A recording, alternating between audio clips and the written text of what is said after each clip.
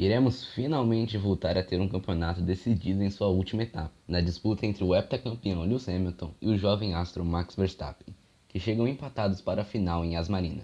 Mas várias vezes na história já ocorreram disputas que só terminaram na última corrida. Esse ano será a 33ª vez em que o título é decidido na última volta da temporada. Vamos falar sobre as outras 32 decisões mais apertadas da F1. Começando nos anos 50, metade das temporadas foram decididas na última corrida, muito por conta do baixo número de grandes prêmios da época. As temporadas tinham em média 8 etapas. Já na primeira temporada oficial de Fórmula 1 da história, houve um campeonato decidido na última prova. Juan Manuel Fangio saiu com 2 pontos de vantagem para Luigi Fagioli, da penúltima prova da temporada, que havia acontecido na pista francesa de Ramsgau. A decisão ocorreu na pista italiana de Monza. Com os problemas no câmbio de Fangio e uma corrida mediana de Fagioli, o título acabou ficando com o azarão Nino Farina, que acabou entrando 4 pontos atrás de Fangio para essa etapa, se sagrando o primeiro campeão mundial de Fórmula 1 da história. A história se repetiria em 51, com Fangio saindo da penúltima etapa disputada em Monza, com 2 pontos de vantagem para o segundo colocado Albert Ascari. A final disputada em Pedralbes, na Espanha, contou com o desempenho dominante de Fangio, conseguindo sua redenção pelo ano anterior e se sagrando pela primeira vez campeão mundial de Fórmula 1. Em 56, 58 e 59, a história entre as temporadas foi bem semelhante. Ambos os pilotos lideravam com vantagem confortável, mas ainda com chances matemáticas de perder o título. Coube a Fangio administrar sua vantagem, sendo segundo em Monza em 56, Hawthorne segurar a vice-liderança em Casablanca em 58, Brabham se manter nos pontos em Sebring em 59, para que todos sagrassem campeões dos mesmos anos. A história seria diferente em 61, saindo de Nürburgring com apenas 4 pontos de vantagem contra o americano Phil Hill. Wolfgang von Trips precisava administrar a vantagem na etapa final, que aconteceria em Monza. Infelizmente, ele não pôde administrá-la. Von Trips acabou acertando a lota de Jim Clark na parabólica, matando 15 espectadores e o próprio piloto que foi arremessado do carro. Após a morte de Wolfgang, não houve quem parasse a vitória de Phil Hill e seu primeiro título mundial, apesar de ter um gosto amargo.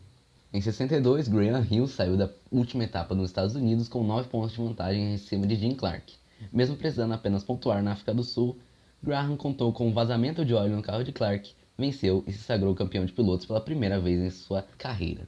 Passando para 64, Graham Hill sairia do GP dos Estados Unidos novamente com uma vantagem confortável, 5 pontos à frente de John Surtees. Graham precisava apenas ser segundo colocado para ser campeão do México. Para o azar de Hill, sua BRM não tinha desempenho algum na pista dos Hermanos Rodrigues, andando fora dos pontos durante a corrida toda. Então o título seria fácil de Surtees, certo? Errado. Jim Clark faria pole e dominaria o fim de semana inteiro. Um desempenho avassalador foi visto na pista mexicana. Porém, ele não contava com a sorte de Surtees.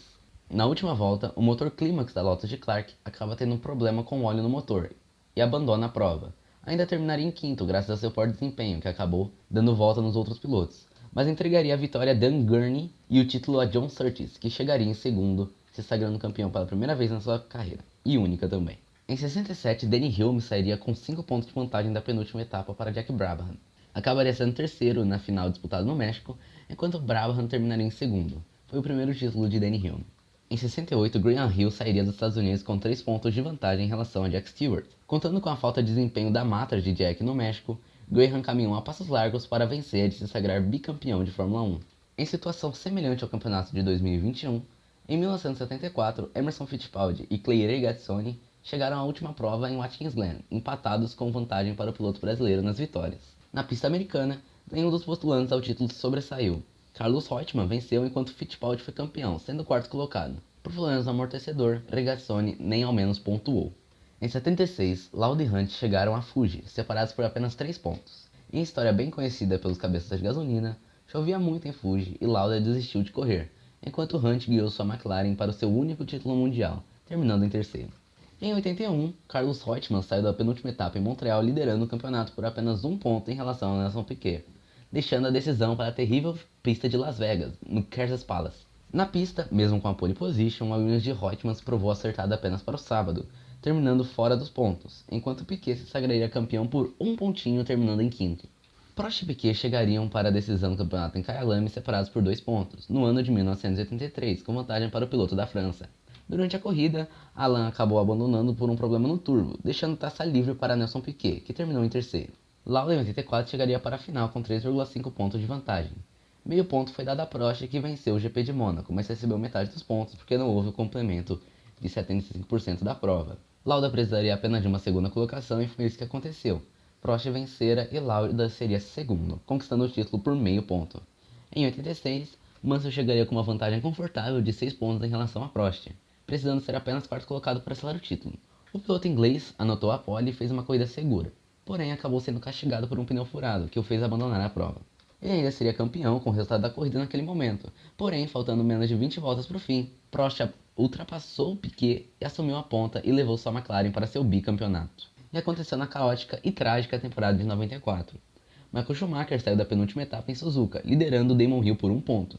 No maior clima de quem vencer é campeão, Schumacher assumiu a ponta na largada e liderou a corrida até a volta 35, onde em um ataque do próprio Damon Hill, o alemão acabou fechando o britânico e causando uma colisão entre ambos. Os dois pilotos abandonaram a prova e, de forma polêmica, Michael Schumacher venceria o seu primeiro título do que seriam 7 campeonatos. Em 96, a decisão do título até foi para a última prova, porém Damon Hill, que tinha 9 pontos de vantagem contra Jacques Villeneuve, com 10 pontos em disputa, não deu nenhuma brecha para o piloto canadense, liderando a etapa final de Suzuka de ponta a ponta, sagrando-se campeão mundial da Fórmula 1 pela primeira e única vez. Em 97, o buraco foi mais embaixo. Michael Schumacher saiu de Suzuka penúltima prova, com um ponto de vantagem para Jacques Villeneuve. Buscando seu tricampeonato na pista de Jerez de la Fronteira, o alemão propositalmente bateu no piloto canadense, já que seria campeão no caso de abandono duplo. No momento da batida, ambos disputavam pela liderança, e Michael fez a curva em cima de Jacques Villeneuve. O piloto alemão abandonou ali mesmo, porém Villeneuve seguiu na prova, com danos e só perdeu a liderança no último giro para as McLaren, terminando em terceiro.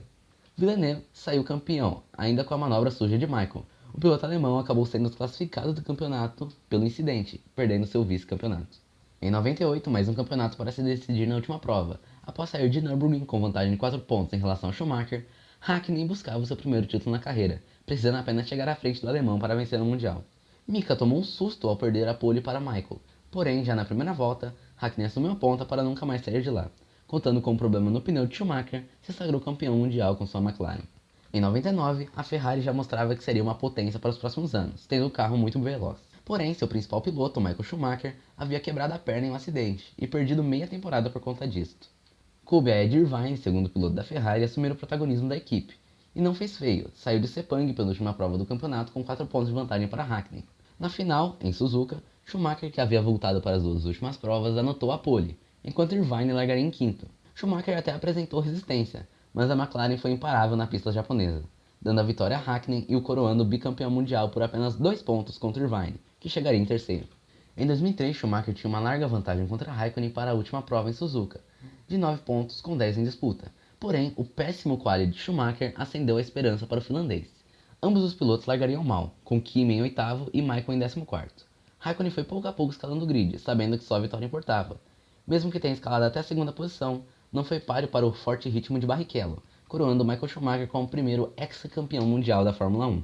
Mesmo com o carro inferior, Schumacher levou a disputa do título para a última rodada em 2006, porém, não foi páreo para o ritmo de Alonso e sua Renault, ficando com o vice. Em 2007, a briga entre as McLaren, que durava a temporada toda, chegaria ao seu ápice. Hamilton, buscando seu título na temporada de estreia, tinha vantagem de 4 pontos sobre Alonso na final em Interlagos. Alonso terminou em terceiro, enquanto Hamilton, que havia tido problemas no câmbio durante a prova, chegou em sétimo, fazendo com que ambos os pilotos ficassem empatados na tabela final. O campeão de 2007 não foi Alonso, não foi Hamilton, foi Kimi Raikkonen, que era praticamente descartado na disputa pelo título, já que havia entrado no Brasil 7 pontos atrás de Hamilton e 3 atrás de Alonso. O finlandês venceu e fez 8 pontos a mais que Hamilton e 4 a mais que Alonso, sendo campeão mundial por 1 ponto contra as McLaren. Eu posso pular 2008, né? O Hamilton quase pipocou pro Massa e o Glock deu o título para ele. Isso, esse é 2008. 2010 foi uma loucura. Com o sistema de pontuação atual, 25 pontos estavam em jogo para a última etapa em Abu Dhabi. Alonso liderava o campeonato com 6 pontos de vantagem sobre Webber, 15 de vantagem sobre Vettel e 24 sobre Hamilton. O título seria aparentemente competido por Webber e Alonso, porém tudo mudou quando Vettel e Hamilton fizeram a primeira fila no quali. Sebastian Vettel fez uma corrida bem sólida e pouco teve a liderança ameaçada na pista, fazendo sua parte e conquistando seus 25 pontos. Com a vitória de Vettel, Hamilton perdeu sua chance de título ao terminar em segundo, seguido por seu companheiro Button, que fecharia o pódio. Rosberg terminaria em quarto, e os 2 pilotos que decidiriam o título terminariam em seguida, a Tsunoda, Kubica e Petrov, que apareceram no top 6 por conta de estratégia. Se tornaram montanhas impossíveis de serem escaladas, Alonso tentou mais um pouco, mas não conseguiu passar Petrov, criando um meme eterno na comunidade de Fórmula 1. Vettel seria o campeão mais jovem da história, recorde que até hoje segue intacto. Alonso seria vice por apenas 4 pontos e Webber terminaria em terceiro. Indo para a temporada incrível de 2012, Alonso precisava de um milagre para ser campeão, e quase conseguiu, precisando que Vettel não ficasse entre os 4 primeiros. O alemão até ajudou, terminando em sexto, porém Alonso precisava da vitória com esse resultado de Vettel. E não foi páreo para o forte ritmo de Button, ficando como vice e Vettel foi coroado tricampeão. Em 2014 tinha uma regra onde a última etapa do campeonato teria pontos dobrados. Rosberg, que estava 17 pontos atrás do inglês Lewis Hamilton, ainda tinha esperança. Caso vencesse e Hamilton fosse terceiro, o alemão seria campeão. Porém, com problemas de potência, Rosberg deu adeus para qualquer chance de título e Hamilton se sagrou bicampeão. Em 2016 foi a última vez que houve uma disputa até o fim. Rosberg chegaria até Abu Dhabi com 12 pontos de vantagem para Hamilton, precisando apenas ser terceiro colocado para ser campeão. O alemão fez uma corrida segura, sempre na segunda posição, até que Hamilton começou a diminuir o ritmo propositalmente, para que Rosberg fosse ultrapassado por Vettel e Verstappen, que vinham atrás. Devido à falta de chance de ultrapassagem em Abu Dhabi, Rosberg manteve o P2 e se sagrou campeão de Fórmula 1. Depois de 5 anos com títulos definidos antecipadamente, teremos mais uma decisão chegando ao fim. E aí, quem leva o título de 2021? Hamilton conquistará o Octa ou Verstappen finalmente conquistará um título? Vamos descobrir nesse fim de semana. Muito obrigado por acompanhar o vídeo e até o próximo. Se puder, faz todas as paradinhas do YouTube, de dar like, se inscrever e até o próximo vídeo da Descida do Lago.